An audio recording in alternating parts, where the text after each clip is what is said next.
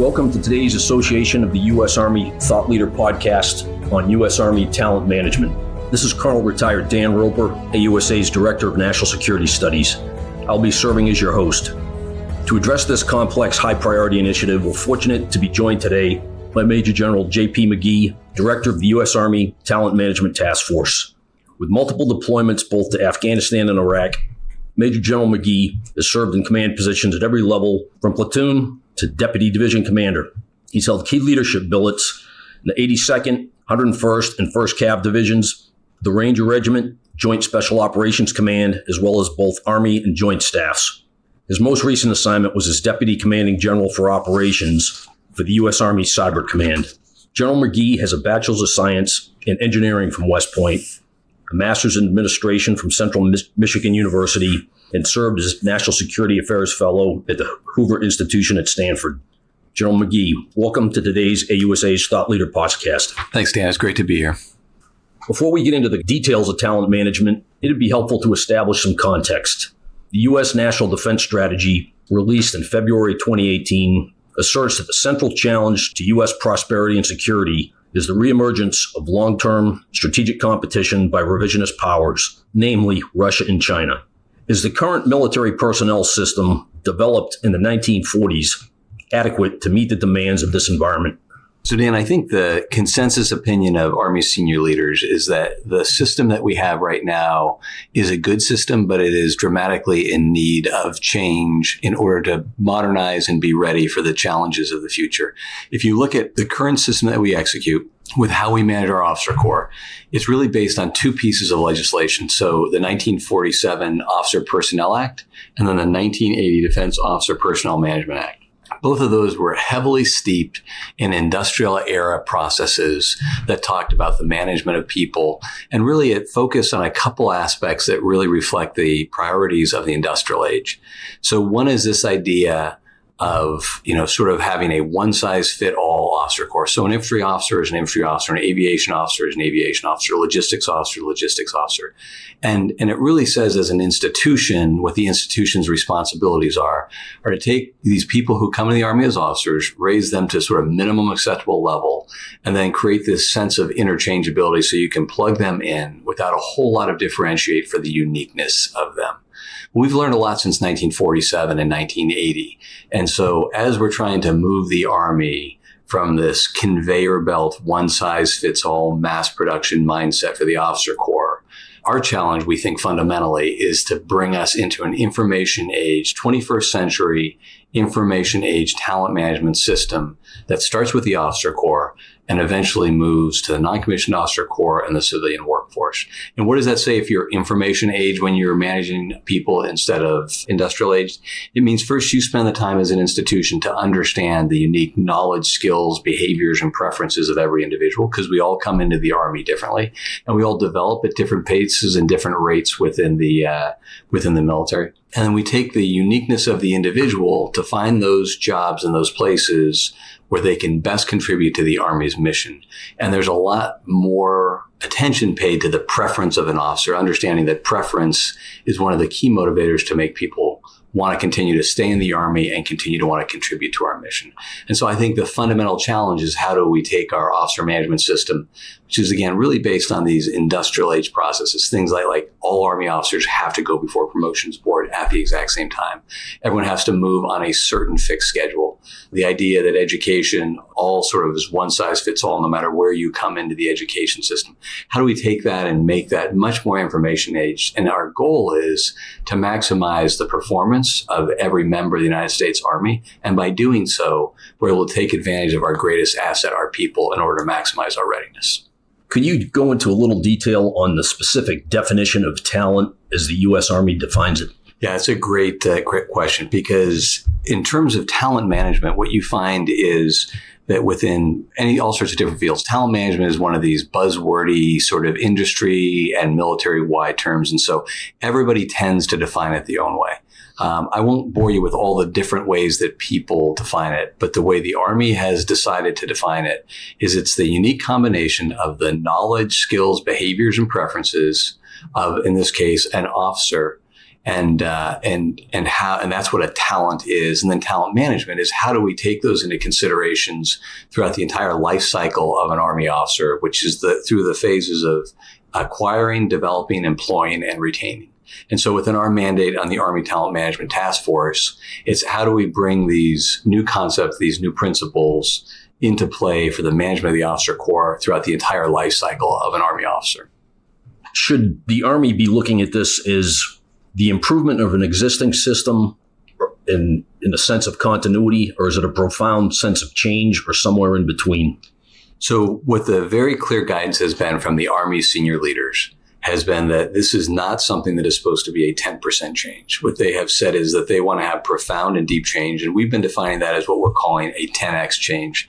And so let me explain to you the difference between 10% change, which I think as an Army officer, most of us are very familiar with, to a 10x change. And I'll use a different example outside of the Army, but if you took a bunch of Ford engineers and you gathered them together in an offsite and they said the average mile per gallon for every car in the Ford automobile industry, inventory is 50 miles per gallon. And we told those engineers we wanted them to get 10%. They would all get together. They would take a look at the engine. They would find out where they could tighten down some hoses. They could do some tweaking to the engine block, and they would do different things in order to get that additional 5 miles per gallon to get you to 55 miles per gallon. That would be 55 miles per gallon. That would be meeting the 10% goal.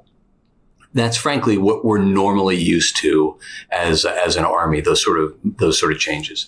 But if you grab those same group of Ford engineers, took them to an offsite and said the goal for Ford Motor Company is to have an engine that now operates at 500 miles per gallon worth of efficiency, that would cause them to fundamentally question the role of an engine, its relationship to all its other component parts, the interaction between the engine and the driver, because a lot of driving habits drive your fuel efficiency, and all these other things would become part of that. And so for us, the very clear mandate from Army senior leaders has been to shoot for this 10x improvement, not this 10% improvement. And that very much underscores, all the work that we're doing across the board. What surprised you thus far as you've been trying to make this 10x change? Because that's pretty ambitious, and obviously you can't get there in one specific step. So I think the things that I see most clearly, and I think some of this was assisted by a tour at Army Cyber Command for 2 years preceding this, is how much of our thought processes within the Army are still very much wrapped up in this industrial aged approach without a full recognition of the possibilities and opportunities that are coming with the information aged approach. And so how we have constructed, many of our viewpoints, how we view future operations, they're still really wedded and anchored to an industrial aged approach as opposed to something that is an information aged approach. So that would be one of them. And I would argue the other one is this, constant discussion that we have about readiness and how the Army chooses to define readiness. So there are lots of different ways we can define readiness, but within the realm of people, we tend to focus on the ideas of short-term readiness in terms of making sure you get people, officers to fill an assignment in a job without a really healthy understanding about what the long-term implications of some of these actions are in terms of retention of the officer corps, especially when you're talking about retaining the most talented that we actually want to be able to retain over a career for an Army officer. And so I would say those are some of the things that I have found most interesting and compelling as we're moving forward. What concerns have been expressed by the people that have been brought into this discussion, recognizing it's still continuing? What are the concerns about the potential impact of the changes on individuals, their careers, or life in the Army? This need for change to our management of the officer corps is widely accepted. Over the last year, I've spoken to over 2,500 officers from the ranks of second lieutenant to 4-star general, including active guard and reserve officers. The idea of moving to a talent management system is overwhelmingly well received, and most tell me this is a change that is long overdue for the officer corps. There's one concern that I want to address directly. It is the notion that by allowing an officer's preference to be taken into account in a larger fashion is somehow creating a culture that diminishes selfless service. I utterly reject this. We have the most deployed Army in a generation, and to claim they are not selfless because people have individual desires, hopes, ambitions, and family concerns is an insult to their many years of service and sacrifice. We want to create a system that maximizes the opportunities for all officers to support the Army mission, and by doing so create conditions where officers will remain in our Army longer and contribute to our nation in a more meaningful fashion. An overly centralized, industrialized command and control system is not the way we contribute to the readiness of our Army. In fact, this type of rigidity will drive out of our ranks some of our most talented. Every soldier today is a volunteer. Someone who stays in the Army for 20 years has selflessly volunteered multiple times to stay in the Army, often in the face of hardship and competing opportunities outside of the Army. For the last 18 years, we have entrusted officers of all ranks to make life and death decisions in combat. In these environments, they are empowered to make decisions, and the Army supports them. To then take this same officer corps and tell them they cannot have a larger role in making decisions about their own careers, and then masquerade this as an attempt to instill selfless service into the officer corps, strikes me as absolutely incompatible with the direction that we are moving as an Army. The recent National Defense Authorization Act granted the Defense Department some additional authorities, and it speaks to, I think, what you were just opening the door on. And how does that work, and can it work across the three components, the regular Army, the Army National Guard, and the Army Reserve? So the 2019 NDAA was really a landmark piece of legislation when it comes to the management of the officer corps. It's really the most significant changes to that 1980 legislation called DOTMA. Really, it's the biggest change we've had in, it's been 39 years, obviously, since that's been passed. It gives us 9 very specific authorities with which we can start to demonstrate ways in which we can be much more flexible with the management of our officer corps. Because up until the passage of that law in August, almost a year ago now, many of the changes that were envisioned weren't actually legally permissible because the laws that Congress had passed about the management of the officer corps had been eliminated. So what the 2019 NDAA is it removed these restrictions that were upon us and have now given us this great opportunity to take them. And so as the Army Talent Management Task Force, what we've been asked to do is take these authorizations, help write the policies to get them into, the Army system, and then oversee their execution as we're going forward. That's one of our many responsibilities, but maybe one of our more important ones. Could you expand upon the definition of what the Army's calling permeability? Sure. Movement, individuals across components? So this concept of permeability is a really important one. And it's one that I think is going to be significantly difficult for us to change because it involves a amount of legislative changes that are going to be required. And it's going to require a degree of unity, I think, amongst all the services. But I think it's very important for us to start stepping out and start enacting these changes. So this idea of permeability means that it is much easier and almost seamless for an officer to be able to transition from the active component to the National Guard or to the reserve components of the military and be able to have that process occur in a way that is timely and effective. And right now it is anything but. Right now there are a number of barriers that hinder the movement of officers back and forth between components. And because of that, we have very talented people who are all in the active component, officers in particular, who would like to be able to transition over to the reserve component or the National Guard component and maybe be able to come back in. And it is tremendously difficult. And I would even take it one step further. I would argue we also have a great number of Army officers who start out, who do their 5-year additional duty service obligation, maybe stay in for a few years, go about in the civilian world, probably develop skill sets that would be really helpful to the Army in terms of our mission. And if they want to come back in, it is exceptionally difficult for them to be able to break down those barriers to be able to come back in, even though we know they're possessing skill sets that would be helpful for the Army to accomplish its mission. And so when we talk about permeability, we normally are focused on this movement between components, but I think really it needs to be expanded to be able to incorporate those in from the civilian field as well, who, maybe some have, been officers before, maybe some just possess unique skill sets that we think are going to be critical to our Army's mission as we go forward in this rapidly technologically changing environment that we want to bring in, and maybe through measures like direct commissioning, want to have them join our ranks to help contribute to our mission. As we look to 2028, which is the horizon for the U.S. Army vision, what outcomes do we see as being achievable using the lens of talent management? So I think if we're talking about, a 10-year horizon for 2028, I think there are a couple different things, and I can talk about the more immediate ones, and I think it'll be really interesting to see what this expands into over time. So I think by 2028, what we'll have at the core of this is what we're starting to describe as a data-rich environment about our people. So Dan, I think when you take a look at how we manage our people today, you find that we do it in a very data-poor environment. And the simple idea is that if we have more and relevant information about our people, we'll make better informed decisions building upon that information. And right now, the Army, frankly, does a poor job of gathering all the relevant information that we should have about the management of our officer corps. I'll just give you one simple vignette that I think really expresses this very clearly. So every year, the Army brings in to the active component 5,000 second lieutenants.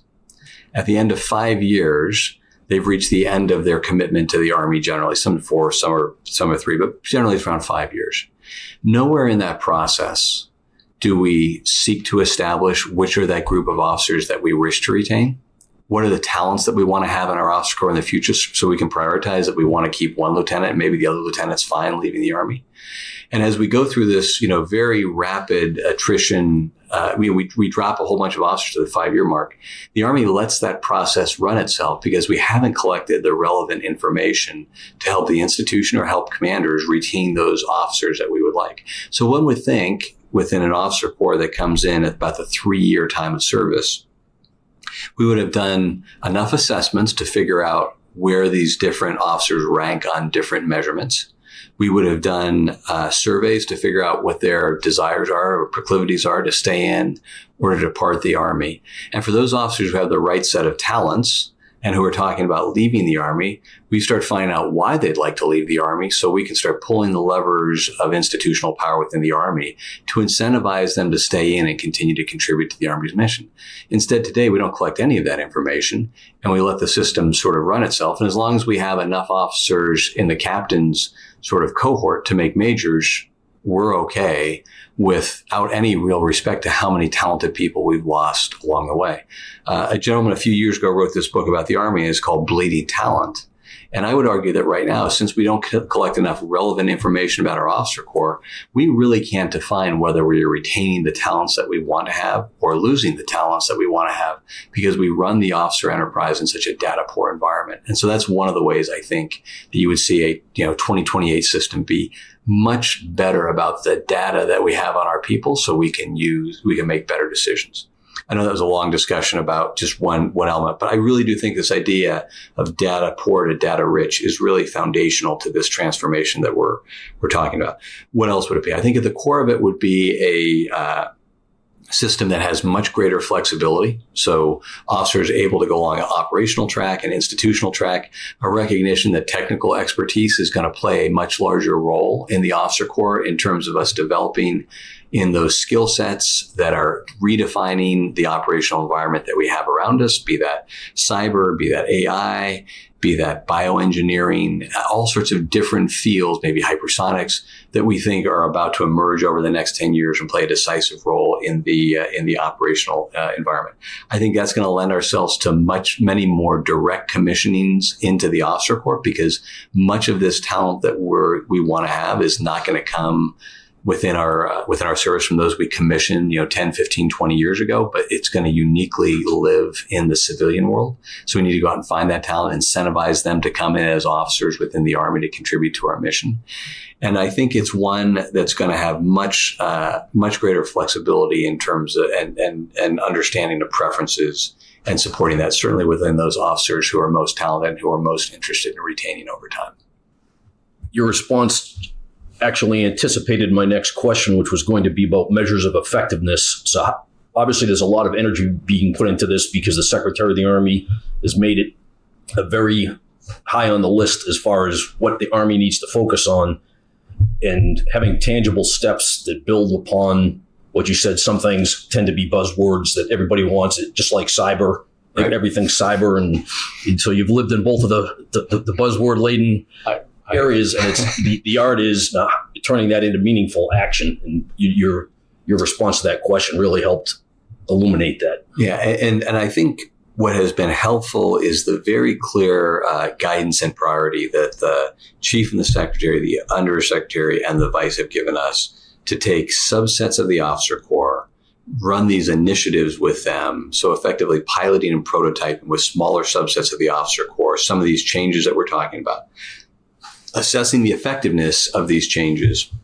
and then determining its applicability to the rest of the Army. And so I think that approach has been really helpful. And I think as we're going forward, we're discovering opportunities that we didn't exist. I mean, this has changed on a very large level. And just if I use my tactical terms, this is a little bit of a deliberate attack in some of the sort of, near-term objectives, but it's much more of a movement to contact in terms of we don't know what changes these are going to drive. We don't know what opportunities are going to present themselves as we move forward with this on multiple different fronts. With the initial prototypes that you described, you can't do the whole Army at once. But we're starting with the officers and the three different components. Do we have an anticipated timeline when we expect to start doing prototypes in the NCO Corps? While we're doing a lot of pilots and prototypes within the officer corps, what's great is that the non-commissioned officer corps, under the leadership of the Sergeant Major of the Army, has already moved out and begun to execute a number of changes that I think are tremendously innovative. So the great thing about the non-commissioned officer corps is that it is all governed by U.S. Army policy as opposed to by law passed by Congress, which is what affects the officer corps. And so Sergeant Major of the Army has taken that flexibility and has built in a number of innovative approaches that I think we're studying to see how we can apply those ideas to the management of the officer corps. Specifically, the way they've redesigned how they do their promotions and how they do their selections based on the promotion boards, I think is tremendous. And so what we have is a liaison non-commissioned officer who works with the Sergeant Major of the Army's office in order to keep track of all their changes. And then they keep the Sergeant Major of the Army's office informed of the changes that we're doing. And so what we're seeing is a much better alignment between our two efforts. So we're cross-leveling the information as we're moving forward. Shifting gears just a moment. Talent management, again, Secretary's top priority.